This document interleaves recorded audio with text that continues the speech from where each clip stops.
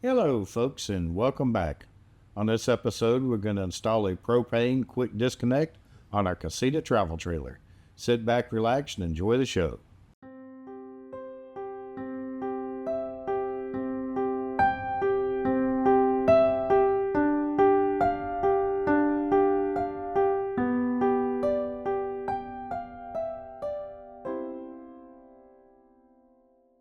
Since we've had our Casita, we've always wanted to install a external quick disconnect for our propane so that if we wanted to hook up our generator or a stove or something, we'd be able to do that straight from our tanks that we carry on our trailer and not have to carry an extra tank for that. In this video, I'm going to show you how we hooked up the Propane Quick Disconnect on our Casita travel trailer, and I'll have links to all of the parts that we used down in the description. So let's go ahead and get started with what we used. We have a quick disconnect with a valve, and then we have the pipe that goes to it, and then some fittings here where we tied into the actual system. And then we also have heavy duty tie wraps here that we use to actual tie wrap everything to the frame of the trailer. We're going to use just 2 crescent wrenches. We're going to have a bucket of soapy water, and we're going to use that to check for leaks once we're finished. On our Casita travel trailer, this is how our propane comes into the trailer. Now these are all what they call flare fittings. They're common fittings used on propane systems. If you look at this picture right here, the line going out to the right underneath the black frame, it's a 1/2 inch flare fitting, and it goes to our propane tanks. Then it comes to the flare adapter here, and you have 3 3/8 flare fittings, and they're going to go out to different items on the trailer. One of them's going to go to the refrigerator, one of them's going to go to the water heater, and the other one's going to go to a combination of the stove and the gas furnace. Now yours may not look exactly like this depending on how many gas options you have on your trailer, but it will be similar. First thing we're going to do is take a set of crescent wrenches, and we're going to break loose the 3/8 flare nut on the left, and that's where we're going to actually tie into.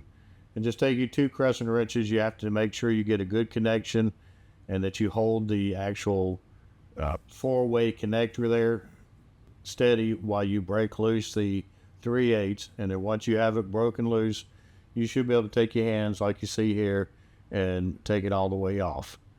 Now once we have that all the way off, we're going to just kind of gently bend it out of the way and bend enough room for our new connector to go in here. Then you feed your new connector in here, and you'll see that I've already got everything hooked up on it so that I can tighten it all sitting on the workbench where I can make sure I get good connection. You take your new connector, slide it on, tighten it on by hand, and then take your old pipe and put it on and tighten it on by hand. You may have to jiggle a little bit to get it the threads to start. And then once you get them started, you may be able to do it by hand to snug it up, or you may just have to use a wrench like I'm doing here to snug it up.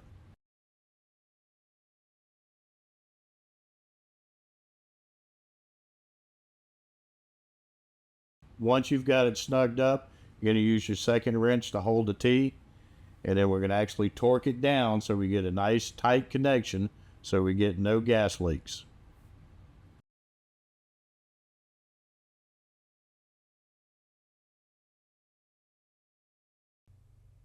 And once we have the back one tightened up, we're going to go ahead and go to the front one here. We're going to make sure it's snugged up all the way. And this we can snug up by hand a little bit further. Once it's snugged up, we're going to use 2 wrenches and torque it down. You're going to have to hold the 4-way with 1 wrench. And it takes a little bit to get it worked in there right so you get a nice tight connection. And then take your other wrench and actually tighten up the flare nut here so that you get a nice tight leak-proof connection.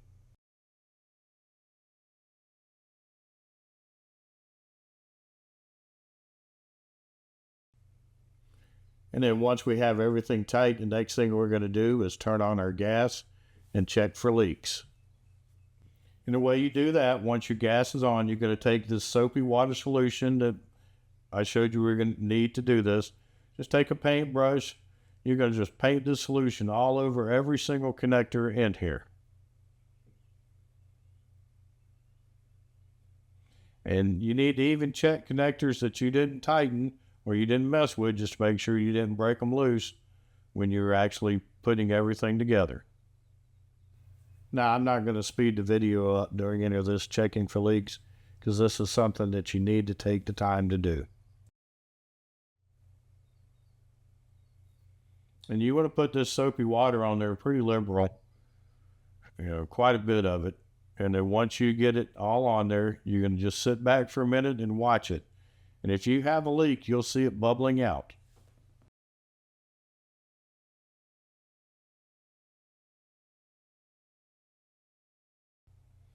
And as you can see right here, I do have a leak. See it bubbling right there? And that's what you're looking for. So now I need to retighten that connector. Here again, I'm going to use my 2 wrenches. I'm just going to get on there, tighten it down good.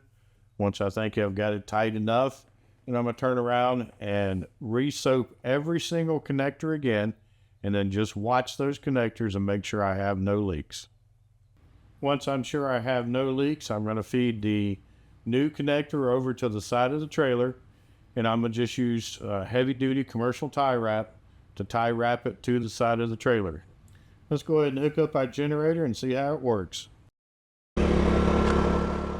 As you can see in here, our generator is running perfectly off of this new connector with no problems. If you don't feel comfortable working with propane, this is something that your local propane dealer should be able to install, or a good mechanic, RV mechanic, should be able to install. With that being said, we want to tell you we appreciate you watching and thank you very much for your support. If you have any questions, go ahead and drop us a line, and we'll see you in the campground.